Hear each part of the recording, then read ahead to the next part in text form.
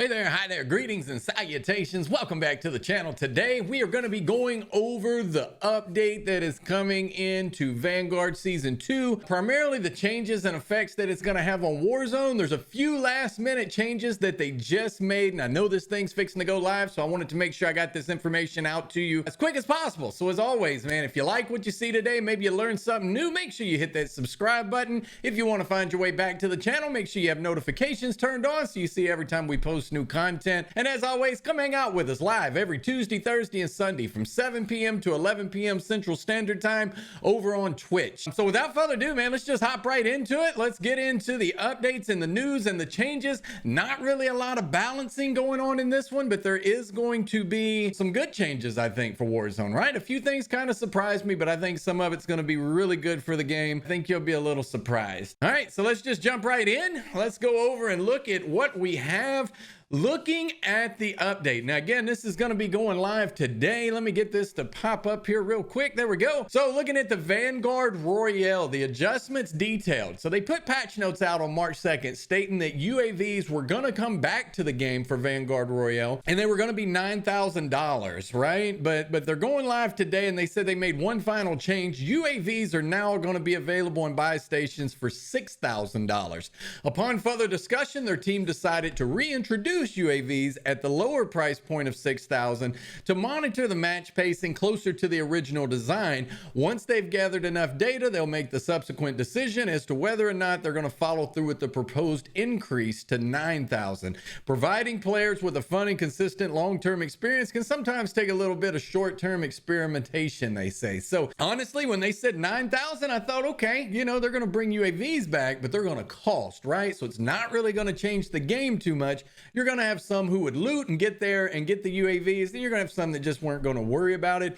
Being at 6,000, only 2,000 higher, I think we're going to see them a little more. I think they were going to test this in the Vanguard Royale mode and then make a decision as to whether or not they wanted to bring this into the normal Battle Royale mode. And I think ultimately they're just trying to do some tweaking and some testing to see what needs to adapt before we get into Warzone 2, which is coming later this year into first quarter of next year. Another thing that they have is the Rebirth Iron Trials. Rebirth Iron Trials, these trials, they're going to be the glorious return today, right? On Rebirth Island. So Rebirth Iron Trials is basically a battle royale game mode. The last team standing wins. The circle collapse shrinks to the playable area to promote engagements, and those who die early in the game have a chance to respawn if they win a duel during the Rebirth Island Gulag. So again, Iron Trials will be coming back to Rebirth today. A few general notes that they have: the match duration and circle collapse. Round timers were adjusted to reflect the scale of Rebirth Island map and increased for the pacing of the game. Loadouts, there's going to be no free loadout drops. Those who want to use their custom built weaponry and gain access to perks will need to purchase one at a premium. Only ATVs are going to be available. Buy stations, elite operators are known to be high rollers. Buy stations increase their price accordingly. So for an armor bundle, it's now going to cost you $2,000. For a gas mask, it's going to cost you $4,000. For a cluster strikes, going from $3,000 to $4,000 as well. Precision strikes are going from $3,500 to $4,500. Self revives are going from $4,000 to $5,000. UAVs from $4,000 to $6,000. Loadout drop markers, so your loadout essentially $75,000 to $10,000 in Rebirth Island. And your specialist token, if that's what you want, it's going to run you about $30,000. The amount of cash retained on death has increased from 20% to 30%. Players will keep more of their hard-earned cash. Melee finisher damage has also been removed. Settle the score with lead. So don't come into a gunfight with your knife, man, because it's gonna be bad, right? Looking at the operators, base health compared to a normal match, all players' base health is being increased from 100 to 250. So I think that's going to be something interesting, right? Health regeneration. The regen delay timer has been increased from 5 to 7 seconds, and regen per second has been decreased from 120 per second to 40. So it may be wise for you to reconsider preferred perks and equipment and so on and so forth. Starting equipment, players are going to drop in with a top break Vanguard and a sawtooth Vanguard. So it looks like you're going to have a couple little options there in your hands when you drop in, but not too much. So you're going to have to figure it out as soon as you hit the ground. Looking at the loot overall, the item pool for supply boxes and items found on the ground are going to be significantly altered from that seen in standard play. Common weapons will start with an attachment, mostly to provide their max magazine size. Rarity and spawn rates, epic and legendary weapons are now harder to find. Players will have to open a few more boxes than usual to find what they're looking for. Kill streaks, drop rates have been reduced. Time to stop spamming UAVs and start putting those senses to the test. So I kind of like to see that type of play skill, right? Where you have to just be on your A game and be ready. So cash spawns, larger piles of cash are rarer. Players will have to stay on top of scavenging for cash if they plan to afford a loadout. And no dead silence and stopping power rounds, period. So that will not be there for you. Equipment, sniper rifles, a single shot headshot from a sniper rifle is now only going to down an enemy if they're within 30 meters. Basically, your iron trials, like we played in Verdansk, it's kind of the same thing. Anything outside of 30 meters, it's not even really going to do anything to those. So stun grenades, stun effect duration decreased by 50%. Medical syringes, health regeneration rate's going to be decreased by 50% as well. For the gulag loadouts, you're going to have no akimbo, no semi-auto or fully auto shotguns, limited selection of tactical equipment. It's down to just bare essentials and the will to survive. Redeployment, if players happen to survive their gulag, they redeploy with whatever equipment is left over from the fight. Be mindful of those resources.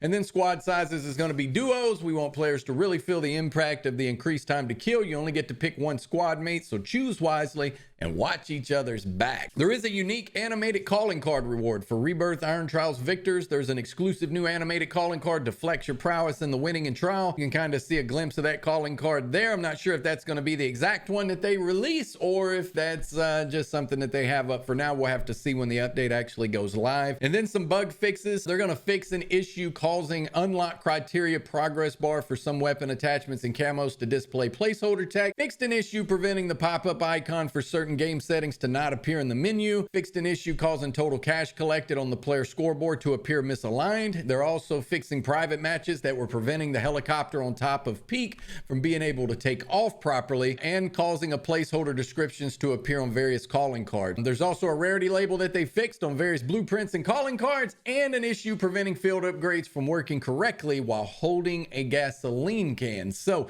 here's some of the original update that they put out yesterday, right? And that's the things I just read that kind of changed, but the things that are going to stay the same, they've been happy with the response. So the core player health is going to be increased to 150 from 100. I think that is a major change that they're doing. Now, this is only going to be in the Vanguard Royale mode. This is not going to be in the standard Battle Royale mode. Who knows if it does well, if we like it, it may move over. We're not sure, but basically what they're doing is increasing the health and increasing the TTK, which I think is good because right now it does feel a little fast. I know several of you've probably had that, what felt like a two-shot just melt and you just disappear. This is going to help balance that out. Including armor, players will now have a total health pool of 300 versus 250. So that's the difference in a shot or two, right? So it could be definitely a game changer there. They said they agree with the feedback that TTK has crept beyond the sweet spot, and they hope this adjustment will improve the player experience and sentiment. And the change comes parallel to addition weapon balancing that remains the focus for the team. That's where I think they missed on the comment, and we'll get into the weapon balances that are happening with this update here in just a second. You'll kind of see what I mean. UAVs are now available in buy stations from 9,000 up from 6,000. Now remember, that's one thing that they just changed. There's only going to be 6,000. They're not going to make them 9,000, so we're going to see what happens there. But their goal with these changes is to deliver a more balanced, fair, and engaging experience, and they're going to monitor the impact of it to make additional updates where required. So bug fixes, real quick, let's run through those. Fix collision issues with various elements across Caldera, allowing players to exploit peak and shoot through them. As you know, a lot of buildings and structures in Caldera are paper thin. People getting stuck under rocks. People can't go prone under steps. There's like a lot of issue with structure, so it's good to see that they're fixing that. They fixed an issue causing players to get stuck while proning underneath certain environmental elements such as stairs, which was one thing that I just mentioned. Fixed an issue with elements at Chemical Factory to improve system performance and reduce hitching. They're also going to be fixing the Wade bundle of the operator skin that appears headless, so I guess now he's going to be like a real man and not like the spooky hollow headless horseman type guy. They're also fixing an issue causing the submachine gun Charlie, the VDD 189mm short barrel, to incorrectly affect locational multi multipliers. If you're not aware, the submachine gun Charlie is going to be your MP40. They also fixed an issue causing the light machine gun Charlie, which is your Bren, the Queen 705mm Royal barrel to bypass its intended damage fall off. As you know, right now that thing can hit you at 30 meters or 300 meters, and it's going to hit you with the same amount of damage, and there's basically no drop off as that thing fires. So I think that's a good fix for the Bren. But again, I'm a little shocked when we get down to the weapon balancing. So they did fix an issue causing optics on the sniper rifle Alpha, the Baltic blueprint, to appear opaque. They also fixed an issue that allowed Nebula 5 rounds to penetrate riot shields. Another issue that allowed Nebula 5 rounds to be applied to certain melee weapons, which is kind of weird in my opinion. I didn't know if you could put Nebula 5 rounds on a knife, but I guess you could. Fixed an issue causing Nebula 5 rounds to lack a visual effect when used with various launchers. And again, didn't know you could put them on launchers either. Fixed an issue causing placeholder images and descriptions to appear in various store bundles. Also fixed an issue causing placeholder descriptions to appear for the Whitley Vanguard camo unlock challenges. Fixed an issue causing placeholder to text. Fixed an issue causing placeholder text to appear on the party tab of the social menu. Also fixed an issue causing certain restricted operators to be usable in Vanguard Royale modes, and fixed an issue causing the bomber plane's ADS UI to remain stuck on the player's screen when landing the plane while holding ADS. So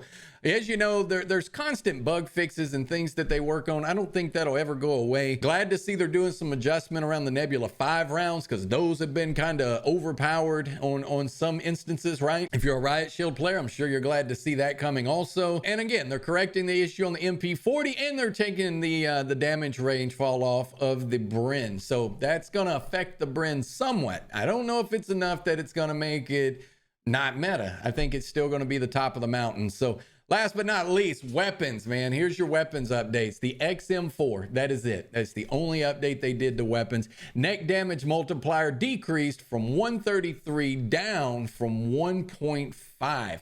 So to me, in my opinion, that's not really a big decrease for the XM4. It'll still be viable. They didn't really affect too much with that. With your Bren, they're only taking the damage fall off rate off that barrel, which means now you can just explore other barrels, but I think its TTK is still going to be atrocious. It's not enough that it's going to take it out of the meta. It's not enough that you need to put it down and find something else. I think the Bren's still going to be everywhere. I think there needs to be a major update with weapons to balance them out a little more, because people just, or you're not going to change. Why change, right? The Bren works. That's what you're going to run with. So there you have it, man. That's your updates coming into season 2. Hope you enjoyed today's content. Please make sure you smash a like on the video. And as always, I'm Ketchxxii, and I'm going to catch you on the playground. I'm out of here.